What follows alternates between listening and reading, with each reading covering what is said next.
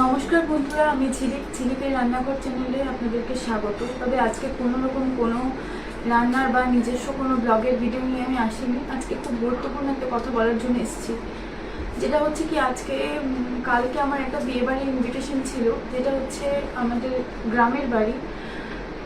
তো ওখান থেকে আমি ফিরবার সময় ফিরলাম বাইকে করে। আমার আমার ননদের ছেলে আমাকে নামিয়ে দিল, যেটা হচ্ছে জয়দেব মোড়।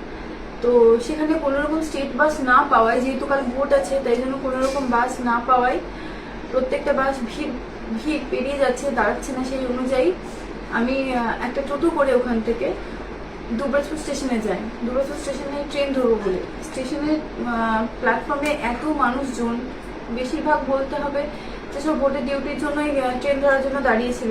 এমন এমন ব্যাপার যে ওখানে সকাল থেকে সবাই ট্রেন ধরার জন্য দাঁড়িয়েছে, ট্রেন এতই ভিড় যে কেউ উঠতে পারছে না। এই হিসাব করে আমি ভাবলাম তাহলে হয়তো প্রতিটা ট্রেনই এমনই হবে, সেই জন্য আমি ট্রেন ধরার জন্য ওখানে দাঁড়িয়েছিলাম। তো ওই প্ল্যাটফর্মে আমি যেই ট্রেন ধরলাম, আমি পুরো গেটের সামনে ছিলাম।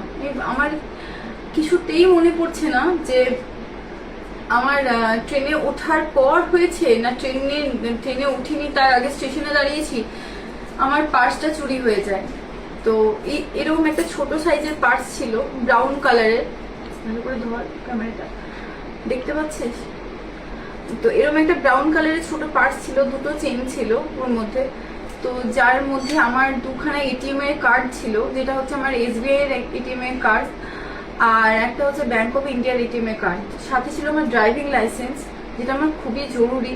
আর আমার ওর মধ্যে 4,500 টাকা ছিল, আর একটা চাবি ছিল, খুব গুরুত্বপূর্ণ।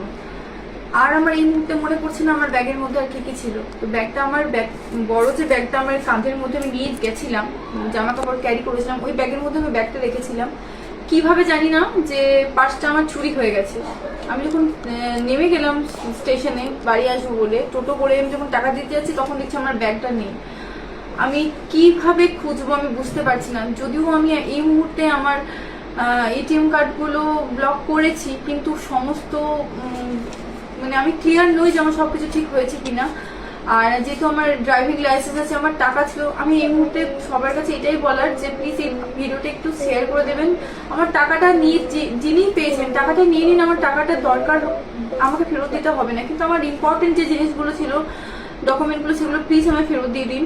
যদি আপনাদের কাছে এই ভিডিওটা পৌঁছে থাকে তো প্লিজ একটু সব জায়গায় শেয়ার করে দিন, যাতে আমি আমার ইম্পর্টেন্ট ডকুমেন্টগুলো পেয়ে যাই। কারণ এই মুহূর্তে আমার লাইসেন্স বলুন বা আমার যে আরো টুকটাক কিছু কাগজপত্র ছিল, যেগুলো আমার হারিয়ে গেলে খুব প্রবলেম হয়ে যাবে আমার। তো প্লিজ আপনাদের কাছে হাত জোর করে রিকোয়েস্ট, আপনারা প্লিজ এই ভিডিওটা এতটাই শেয়ার করে দিন যাতে আমি আমার পার্সটা পেয়ে যাই। টাকাটা পাই চাই না পাই, টাকাটা নিয়ে মাথা ব্যথা করছি না, কারণ আমি জানি যে মানুষই পাবে টাকাটা নিশ্চয়ই আমাকে দেবে না। আমার টাকাটা ঠিক চাই না দিক, বাকি জিনিসগুলো যেন আমি প্লিজ ফেরত দিয়ে দিন। আর আমি এই ভিডিওটার নিচে একটা কন্ট্যাক্ট নাম্বার দিয়ে দেবো, যদি কেউ পেয়ে থাকেন প্লিজ আমাকে ওই কন্ট্যাক্ট নাম্বারে কল করবেন, রিকোয়েস্ট করলাম। ধন্যবাদ।